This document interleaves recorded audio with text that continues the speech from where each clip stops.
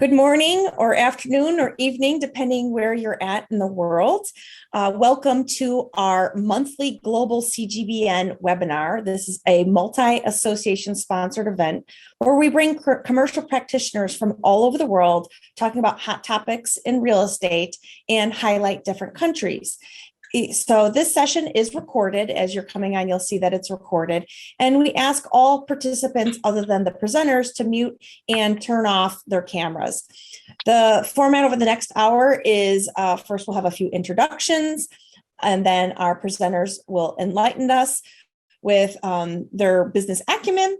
And then following the presentations, we will have a Q&A session, and you're welcome to either put your questions in the chat, or when it comes time, we'll have you raise your hands and I can call on people to have a discussion.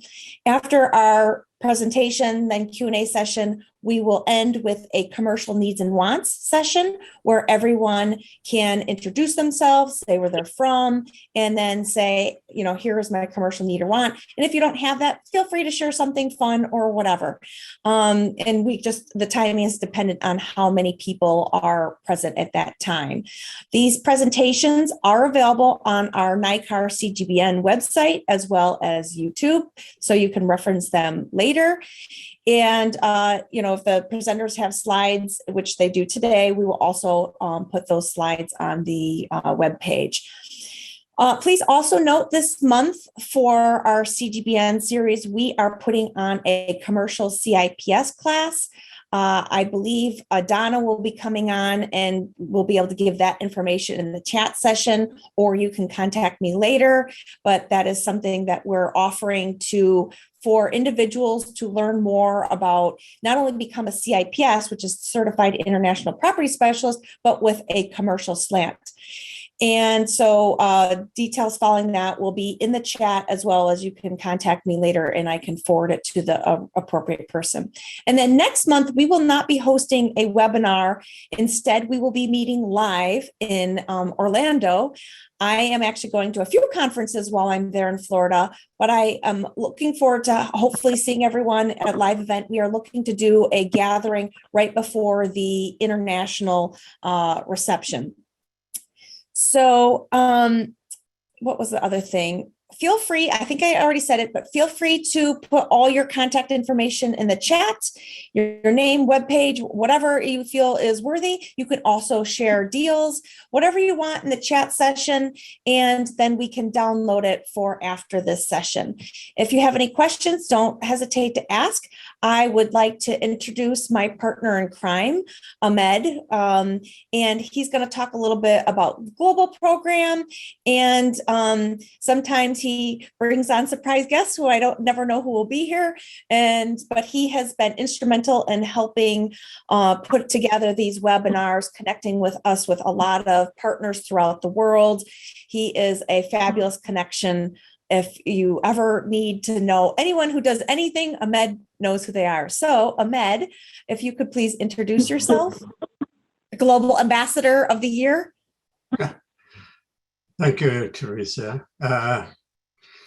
So my name is Ahmed Badat, and I represent the National Association of Realtors as a Global Ambassador to South Africa, Ghana, and Nigeria.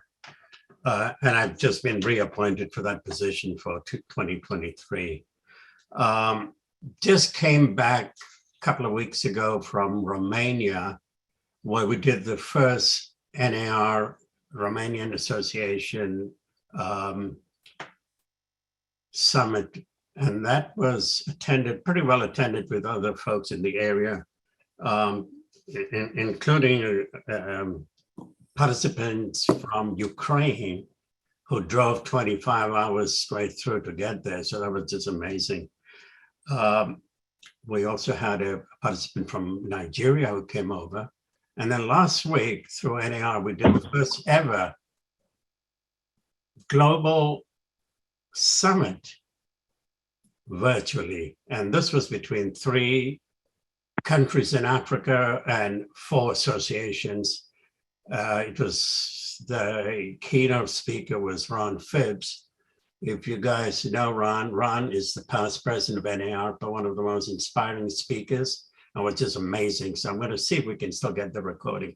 So our connection is, as Teresa says, Teresa gets all around the world, but it's also our connection is, basically any part of the world.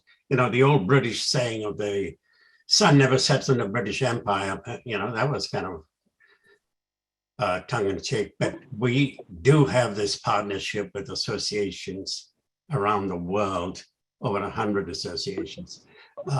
So thank you very much. And thank you, Andy, for bringing this panel together. And thank you to Mindaugas and Emmaus for doing your presentation today. So thank you, Teresa. Go ahead. Thank you, Ahmed. And so I know that there's a few people who popped on since we've been on. Please feel free to put your contact information in the chat to download later. And we are going to start with our presentation. So starting with Amans, both of these individuals were introduced to me through Andy, who has also networks outside. He is the current president for NICAR, and both of us went to MIPIM, and he had made some connections there and said, hey, these would be great presenters to talk about smart cities. And so I'm really looking forward because I actually have no idea what's going to be the content of their presentations. Amans, he is a future mobility vertical manager at the Green and Smart Technology Cluster in Latvia. He's an active city of the smart city and smart mobility ecosystem in Latvia, working with industry, academia, and public sector to accelerate the green and digital transition. Chairman of the Startup Council at the Chamber of Industry and Commerce. He's also a startup founder within the transport energy sector. So without further ado, Amans, I can't wait to hear what you're going to tell us. Yes, thank you so much for introducing me. So I'll be sharing a presentation as well. So I'm putting that up now. So can you quickly confirm all good? Perfect. So yes, thanks again for introducing me, and hello everyone. Glad to have the opportunity today to talk, to present to you about what's happening in the smart city industry in Latvia. So my name is Imants. I do represent the Green and Smart Technology Cluster, so I'll be wearing that hat today while speaking about green and smart technologies, smart cities, and that kind of thing. And well, let's not waste any time. Let's jump in. But before we do, a quick info about Latvia, because I'm not sure that everybody is familiar where that is and what I'm talking about. So. Quick reminder, Latvia is a small country, Nordic eastern part of Europe. Here you see the map, and it counts just below 2 million in population. So not that much, but Latvia has loads of things to offer, and I'll be talking more about what we can do in smart city and digital ICT sector. So quick facts, Latvia, #1 most startup friendly country in the world, according to Index Ventures in 2021. So big thing for us. So we're trying to get startups going and then get them more in Latvia doing business. And we're also ranked #18 in Economic Freedom Index 2022. So good place to do business. And quickly about the cluster as well. So green and smart technologies, that's where we feel good. That's where we're comfortable. And we're a member organization. And we really try to facilitate the collaboration between industry, R&D, which is basically universities, the public sector. So that's ministries, municipalities, state agencies like Latvian Investment and Development Agency as well. Thanks for inviting me today to speak here. And last but definitely not least, society as well, different kind of NGOs, innovation platforms, general public. So projects that are implemented also benefit the general public. And smart city is a great example how that can work out when industry develops technology, involves universities to help with the science in there, public sector gives funding for that. but in the end, the developed solution ends up in the streets in the city, helping to reduce congestion, traffic, and so on. So that's a perfect example how that should work. And we have different kind of verticals in the cluster. So here is the mobility vertical, which is also smart city partly. And we see we have different kind of companies working together from different areas, but with the same interest in mobility or smart cities. And together in the cluster, they have a perfect platform for joint initiatives. And why is that important? Well, to operate effectively in this area, well, it is complex. Those solutions require implied that you have to have cross-sectoral collaboration to implement them. And then again, it's dominated by green and smart technologies. This again implies that you have to have knowledge transfer or best practice transfer to get it going. And that's where it's really good to have a partner like or platform like the cluster. It really helps. And when talking about smart cities or mobility, smart mobility, just to hint, it really is technology. That's where really a great set of software user interfaces, communication networks, Internet of Things come together to deliver connected solutions to the public. That's key for the public. And IoT, I don't know, well, it's connected devices basically that communicate with each other, exchange data. And this could include anything from vehicles to home appliances, on-street sensors. And for you, I bet integrated solutions in buildings, managing buildings is key to make it efficient, reduce costs and so on. So this is also where we, for instance, can you help with advice, with technology, with products and so on. Yes, this data is connected, stored on the cloud, on servers, but this use of this data, this exchange of data makes improvements for public, for the private sector, making things more efficient and our lives better. And the big picture, why it's so important? Well, 54% of people live in cities. It's going to be more in 2050, I think 60-something%. And you see, you have to manage that, and there's no way to do it with conventional things, so you have to use technology. And this is basically smart cities, and this allows the government, the authorities to work with the citizens, launch an initiative, and well, solve problems with technology. This was in the picture. It's not Latvia, it's not Riga, but this is. And 2/3 of Latvia, of the populations of the just below 2 million, live in cities, 2/3. And 1/3 of the whole of population of Latvia lives in one city, that is Riga. You see it in the picture, beautiful. And of course, that gives us also challenges to manage traffic, interaction between people and local authorities, making things work better with less costs. So that's why we love this sector as well. And where there is smart cities, there's smart buildings. So again, I think this is interesting for you especially. So it can give you information on real-time space management, or monitoring the health of the structure of the building, or give you push notifications when repairs are needed, or automatically automate the things that the maintenance guy comes over and fixes stuff automatically without involving you or wasting your time on that. So really that solves a lot of problems. So it can give you info when a pothole has to be fixed, or sensors can monitor when there's a pipe leaking. So that's how it works.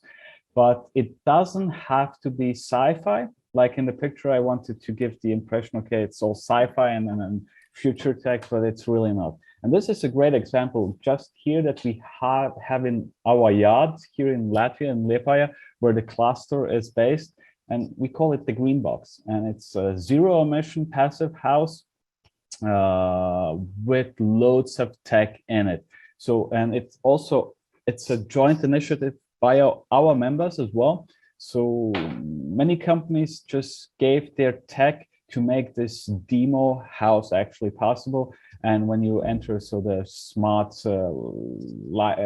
lights, there's smart heating, there's super efficient smart flooring that heats as well, ventilation, blinds, appliances, lock systems, protection systems, so on.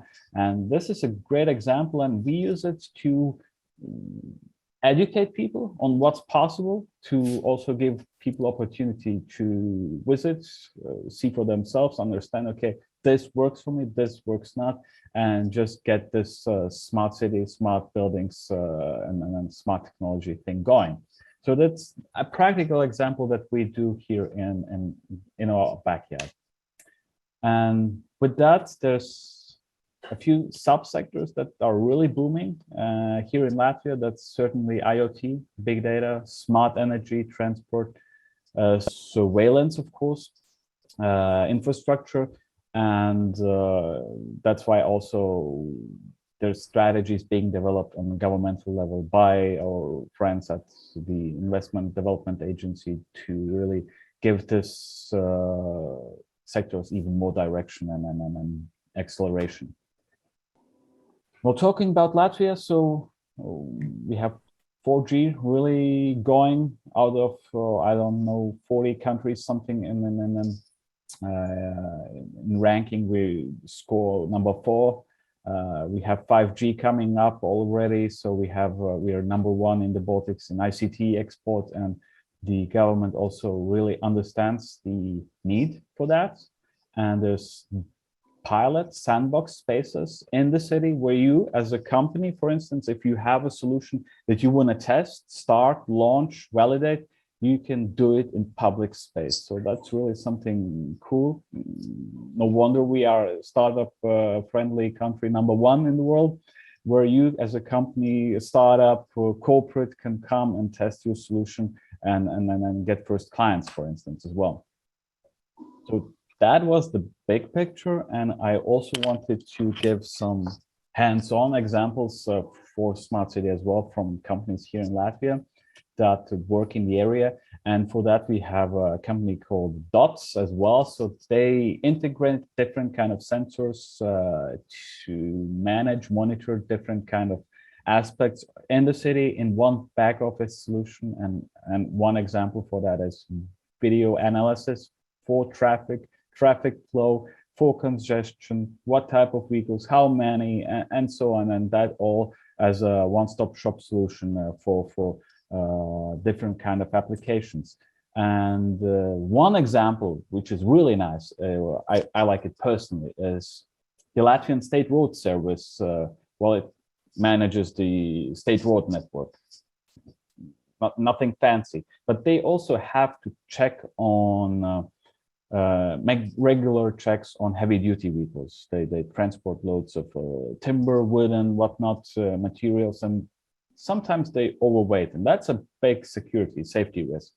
As well, it damages the infrastructure. So they came up with a solution to integrate different kind of sensors. And they have also partly automated that. So sensors check which vehicles are overweight. Computer vision recognizes which vehicles, and it automatically collects the data and forwards that to the responsible road safety authorities. So also how you can automate things, makes the city safer, more effective, and save tons of resources in doing that. Another company is LNT, which also is doing cool stuff in the area, and they also launched interesting product. It's called Alpo in Latvian, and translated it would mean breathe. And it's a 4G based IoT connected smoke alarm air quality sensor. So air quality since COVID is a super hot topic, and they've done this integrated sensor solution with so many things inside, with integration in a dashboard, also with an app. So you can also, for instance, if you have a building, you can install those things in the building. You can monitor control so the air is okay. So when there's some alarms going off, smoke and many things. So that's a nice thing that's really more hands-on, but they do also tons of things like traffic. Traffic is a good example always. Red light violation detection. So it integrates computer vision, AI, and you can automate that as well, or integrate it in a bigger scale. So it's multi-camera analytics. So you can really integrate AI, computer vision, also databases. So you track some vehicles and in the city. So that's possible as well. And last, but not least, I wanted to showcase Tesla technologies and scooters. We all know them. Some of us love them, some of us hate them, but they're part of our daily lives. And they made a integrated wireless charging solution for the scooters. So it really takes off the headache how to charge them. So you just wirelessly charge them in the hubs, in those docking stations. Solves the problem of public space, that they're not nicely put on the side. And of course, you don't have to collect them afterwards just to charge them, because you can do it on those docks. And it's a one-stop shop with solar charging, so you can really decentralize also. So you don't have to integrate in the public space. So you can just scatter them around the city if solar charging is an option. And that's the hardware part. But then again, to integrate a solution like that, you have to have the AI, the data, how, where, what intensity, and so on. So they have the software also to analyze where and how many of those solutions should be in the city, in the area, to make it work. So they offer both sides of the thing. And finishing off about the story that we're #1 startup country in the world, startup friendly country in the world. We have the web innovation ecosystem. So that's the sandbox I also mentioned, which was established. So you have a super friendly environment where startups, corporates can test, launch their smart city, smart mobility technology in Riga, in the city, in the public space, and get technology really going for people. And with this, I'll finish my presentation. Thank you so much. So if you have any questions later on about smart city, smart mobility, products, technology, I'm happy to help always. Yeah, that's it.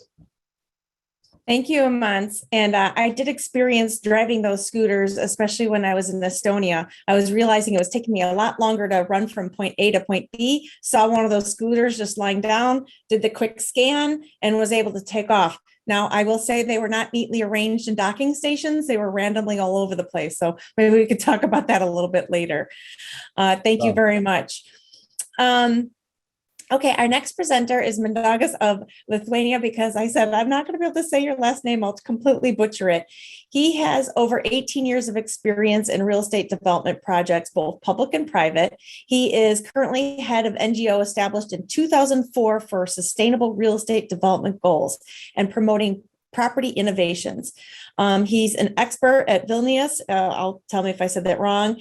At the Technical University Department of Construction Economics and Property Management. In 2017, he co-founded the movement for driving property innovations in the Baltics. So without further ado, again, I didn't know what the content, so I can't wait to see or hear what Mindaugas is going to tell us. Yes, thank you, Teresa, for nice introduction. Thank you, Andy, for including me in this panel.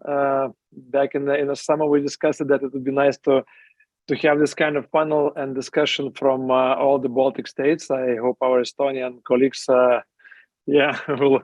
will join us in a moment.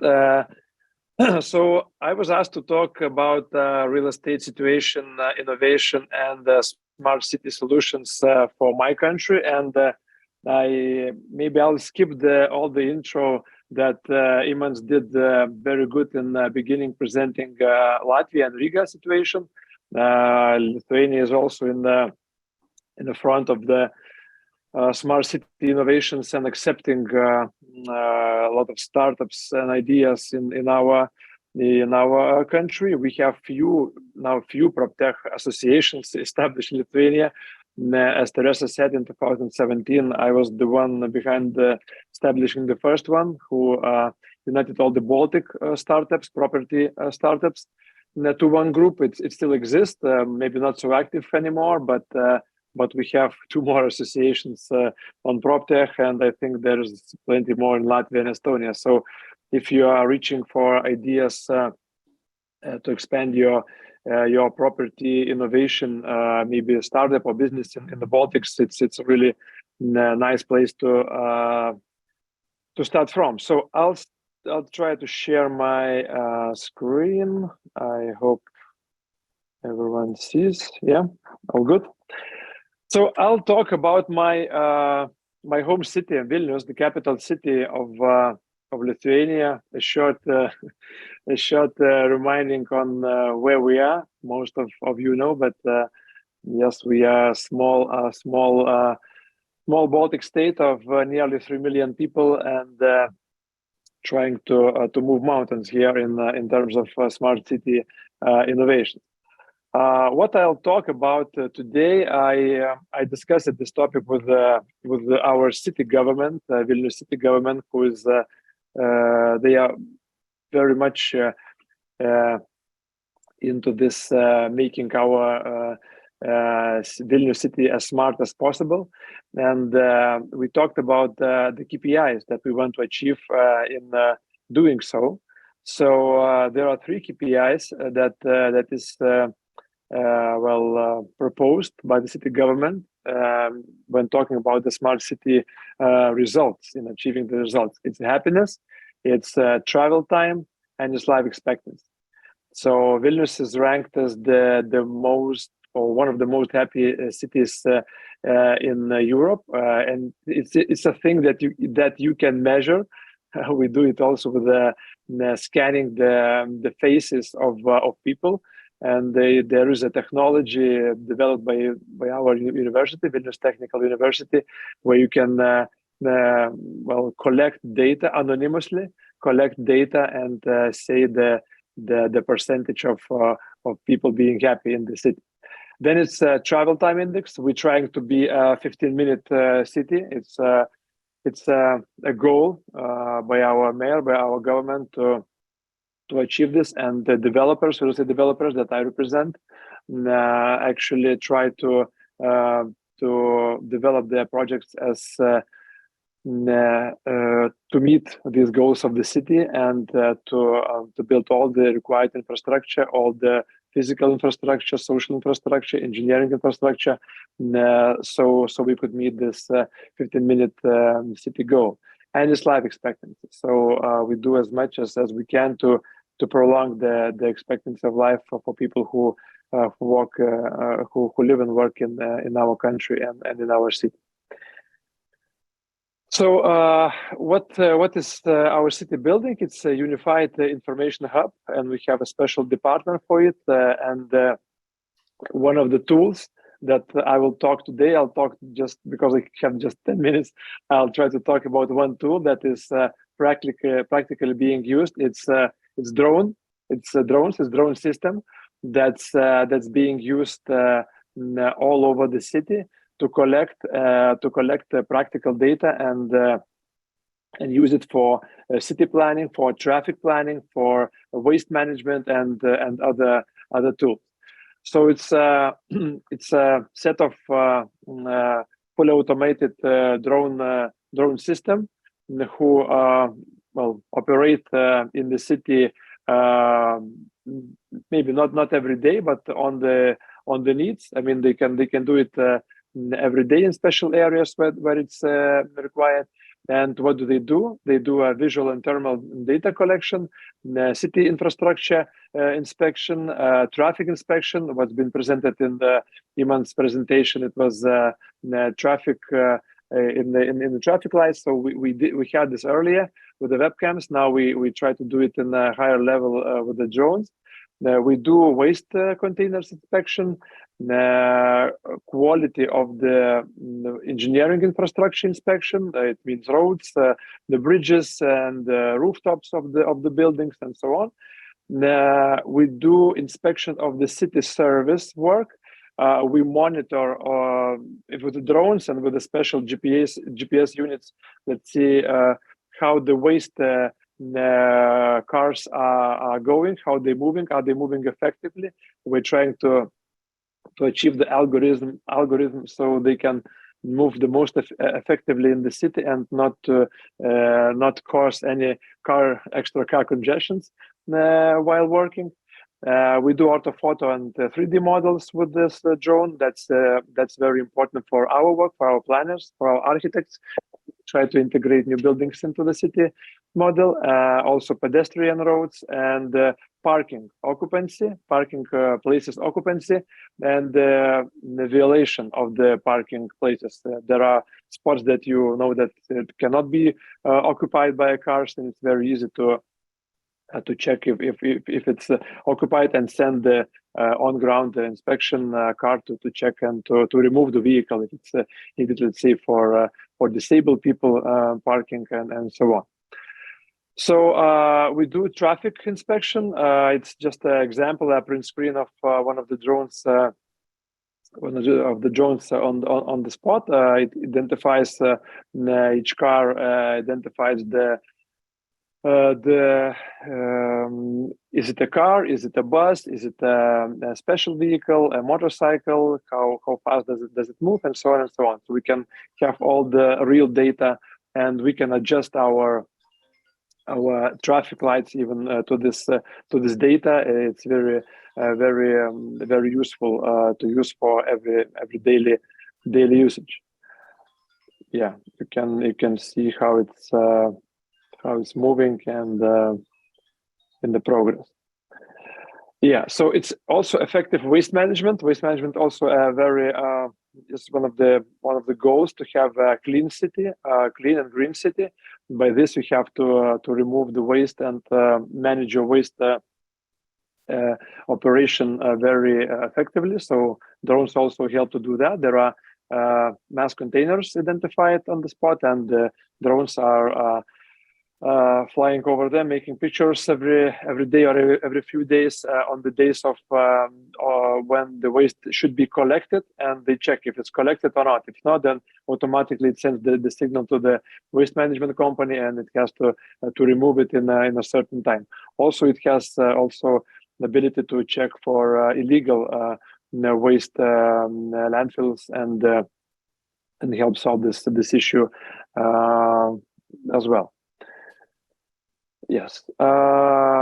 Also, one important thing, it's checking on the ways, pedestrian ways and road ways, and also the roofs of the buildings. You can see the cracks, you can see the holes in the roads, and you can monitor and put this on the database, and then send the inspections on the spot and check if it's needed a quick inspection or fixture, or maybe it can wait for later. Also, our people in Vilnius, they have an special app that they can just make a photo. It's very easy app. Make a photo and send to the government and city, and give any kind of a problem. I mean, if it's a car parked in the green area, or on the blocking the road, or it's a crack in the road, or a lot of topics to tell what's wrong and what could be done better. Roofs, also the roof inspection. There can be seen the concentration of water on the roofs, and so on and so on. So the administrators of the private buildings or public buildings can fix this in the fastest way possible. After some, well, we don't have hurricanes in Lithuania or so, but if there are some stronger rain and stronger winds, after that you can fly over and see the damaged areas, the trees that fallen, and so on and so on. Yeah. So the stakeholders of this well, initiative is both private and public sector, is residents and business and municipality. It's all funded by the private by the public finances and monitored and controlled by a special unit, Vilnius Planning department that is checking all this, as I was telling, daily or on the need. I mean, every few days or so. So it's really a technology that we believe in. We invest in that, and I think it has a really good perspective for both for public and for private sector as well. And I wanted to share with you 2 more slides and one web page. If I'm not running out of time, I think I have one or 2 more minutes left. So Irmans talked about sandbox, yes, and I think that the Vilnius and well, our association started the first sandbox in the world. It was presented at MIPIM in 2017, and we gathered over 1 million square meters of private sector buildings and 1.5 million square meters of public sector to give to all the companies or PropTech companies in the world who would like to come and test their solutions in our space, both in the public, in the area, and in the inside, in the buildings. So it got really a big. It was a big hit at MIPIM at that time, and we had attention from such companies as GLL and their startup community. Some German companies came and they did some testing in our environment. Maybe Lithuania has not so strict GDPR regulation. I don't know if you in the States, you know, it's General Data Protection.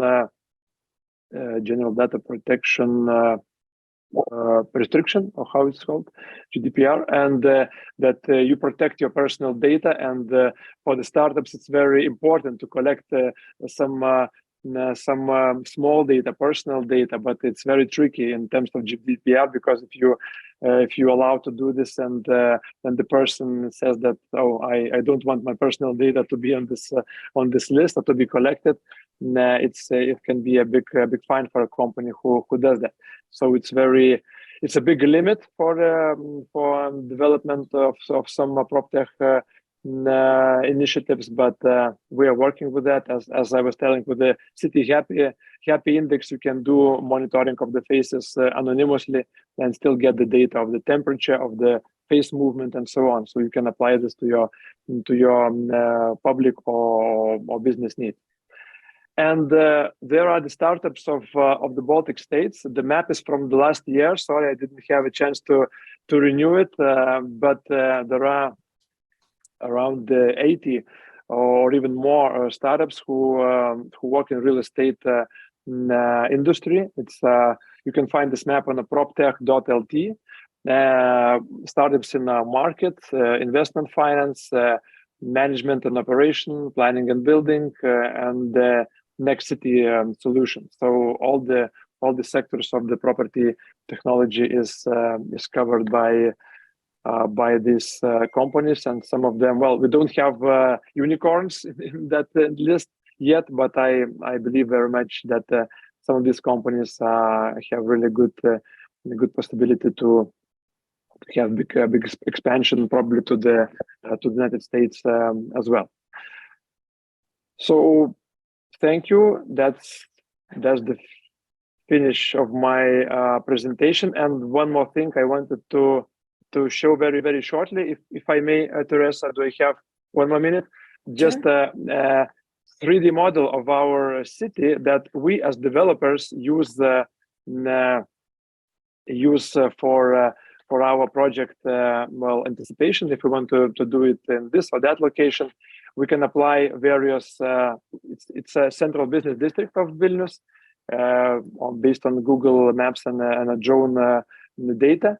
Well, we can apply a lot of layers on the right and see the perspective, the vision, the detailed planning, the zoning of the city, and it's very easy to have your address to see what you can do and what you cannot do in the city.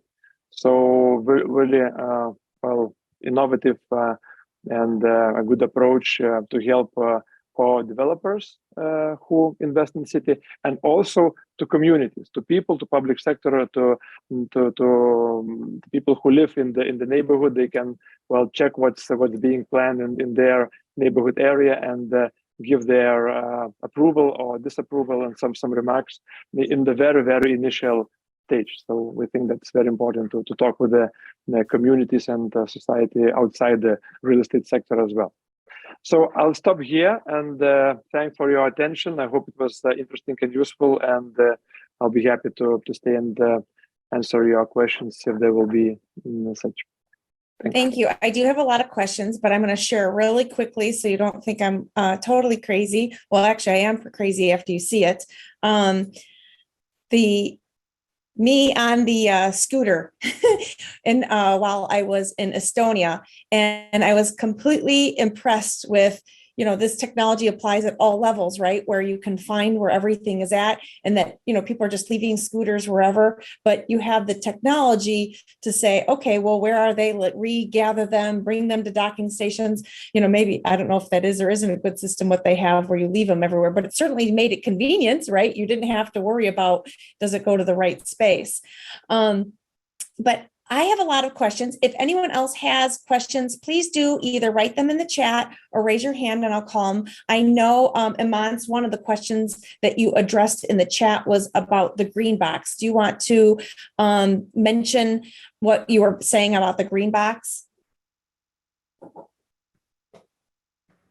So yeah, I did reply in the chat as well, but the green box as such as not a pilot, it's really more like a demo initiative just to put all the possible tech inside this tiny building and show how much you can do with technology, and it's zero emissions, super efficient, and that's just to give people an understanding what is possible, and oftentimes we just don't see what we could use at what spot, and that was the main goal here. So there's many companies that contributed to the initiative, and I also shared the link so you can look that up and get inspired what you could apply in your specific use cases. So thank you. And all of that is commercially available. So just to finish, so it's really not a pilot, it's all tested, commercially available solutions, products, so you can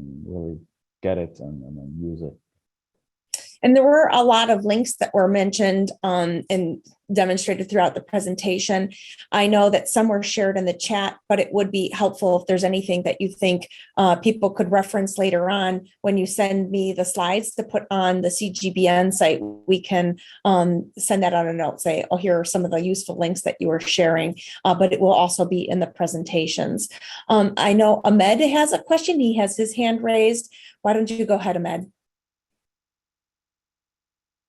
Thank you, Theresa.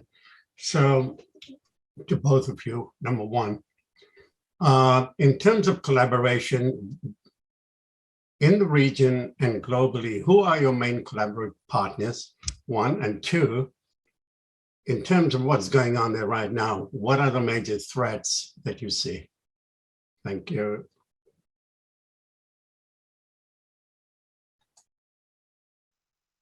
Who goes first? Whoever talks first. So, well, I mentioned we're a member organization, so our main focus is on our members. So we really try to give them voice, like here today. I also try to highlight them as well while doing a broader intro in the industry, and that's our main partners. And then we really try to help them get a foothold abroad. So that's our main focus. But at the same time, we really try to help any interested party in the industry, in the sectors, who are looking for something, for connections, extending their network, and trying to find the right person, because our main competency and interest lies in green and smart technologies. That's what get us driving. So if there's anyone all on the lookout for something, we always try to help. So, and as for ourselves, so we also are really active in different kind of joint project as an organization ourselves. So we do projects on raising awareness, increasing business competitiveness, and stuff like that. So we also do that as an organization, so joint projects. So that can be interesting. And the other question was, sorry, I got lost there. So the major threats, yes. Right. So threats as such, well, we're in a super hot space. So the green and smart space is really hot. There's the Green Deal of the EU that really supports the digital and green transition of different kind of industries. And taking it from that perspective, from a business perspective, it's really high time for the industry. So I wouldn't see big business threats, but there's of course I don't know how to put that, but just no, I'll stop with that. So it's a super hot space, and business threats, I wouldn't go there. If you have a good product, solid tech, you're on the right wave right now. Okay, so I'll pick up here. Yeah, I'll pick up here maybe from the second question of Ahmed about the threats. So I'm thinking about two of them. First is probably the regulation. What we saw when we launched the sandbox, our private sandbox, is the regulation of data protection and other, and it's really a tricky thing. That's why some international companies were heading here, because the regulation was even more strictly there. But now, as we under the same EU regulation, we cannot be faster or more open as other countries are, and that's some restrictions. So we have to look at the solutions, and I think for some of the startups, it's a really well, a time where they think what they should do. Other threat probably is still the inertiveness of real estate as a business, because we try to join two forces: real estate developers, landlords, with tech companies. And the tech companies are quick, they are flexible, well, they're like Spider-Man. But we are like dinosaurs in the real estate developers side, as we see. To promote some initiative and to persuade to invest into that, or even to test that technology is really hard. And I can tell that after 5 years of trying. So it's not just a recent thought. So this inertiveness is really a stop from our side. But it also in Lithuania we have some changes in people's minds and in people's ages, because older people used to be in the real estate business, well, fathers and grandfathers. Now sons and younger generation and daughters are coming into real estate, and I see that they are more flexible. They are investing into startups and driving this innovation. So I have a hope for next few years that we will pick up pace here. And for the who's the user of our product. It's well, if talking about the smart city solutions, it's probably local people, citizens first of all. Well, they are the testing rabbits, of course, in some terms. But if it works in Vilnius, it can work anywhere in the world. So so this could be expand. But as the public sector does that, it's not a big intention to expand and make a business case on that. But first of all, to make it perfect here in Vilnius. And for us and as an association, of course, the partners are, well, we are looking for partners all over the world and sharing our experience. We are members of Urban Land Institute. We are former members of EFC. These organizations, international organizations, where we also try to promote what we're doing here in terms of property technologies and smart city solutions. I hope this answers your question. Thank you. We have a few more minutes left, so if anyone else has questions for our presenters, please do raise your hand now, and we will move on to the networking session after the Q&A, and we have a couple more introductions. Andy, did you have a question? I did. So Andy is our president for our local association, and he helped organize this. Thank you very much, Andy. Go ahead. Yes, Imant and Mindaugas, thank you both. Very informative and very interesting material you presented.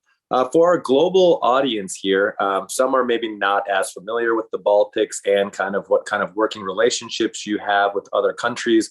I'm curious, from the smart technology and property technology aspect, with what countries or regions of the world have you been doing co-projects? I know traditionally the Scandinavian countries and the Baltics have close relationships, as well as Germany, but from what I'm understanding, I think you've gone past that as well. Could you talk a little bit on, from a global scale, what types of companies from what regions of the world you've done projects with within your countries? I think that'd be interesting for the group. Okay, I go first. Well, you're right. So the relation Baltics, Scandinavia has always been, I think, the most active one, and that's true for us as well. So Norway, Sweden, Finland is that's the first go-to, and then the most active business relations that we have. And then, of course, the EU, so certainly. But as from the green tech perspective, as an organization, for instance, we've done really little business with the US, for instance. So that hasn't taken that much off. But from the perspective of our members as well, it's mostly the EU, Scandinavia, or in most often cases, as the first go-to market. Thank you. Yes, now in our case, it's Germany probably. We had a partnership with some German sandbox initiative, and some of our members also work with Scandinavia, with Swedish companies, such companies as Newsec Advisors. They have also invested into some venture capital funds that invest into prop tech. So we had some projects with them. So mostly, yeah. And Latvia and Estonia, we share experience from time to time. We do joint events. We come to their events. They used to come to our events when they were live. Now all the world is in the screen, so it's easier to travel. But mostly these regions. Yeah. Okay. Well, not USA. It sounds to me so far. The opportunity lies that the USA and the Baltics have to look a little bit closer and work a little bit closer in these initiatives. So anyone on this Zoom, think about that and think of ways to potentially connect, because there's clearly a lot of great ideas and clearly a lot of great talent, and merging those with the abilities and the investment dollars of the U.S. could be something very, I think, positive. Thank you both. Thank you. So we're going to wrap up the questions because we're coming up on 11 o'clock, and I do know multiple people had to leave for 11 o'clock. I know that Ahmed had invited Andrew, who he is going to introduce and come online before we end the recording. Ahmed? Thank you.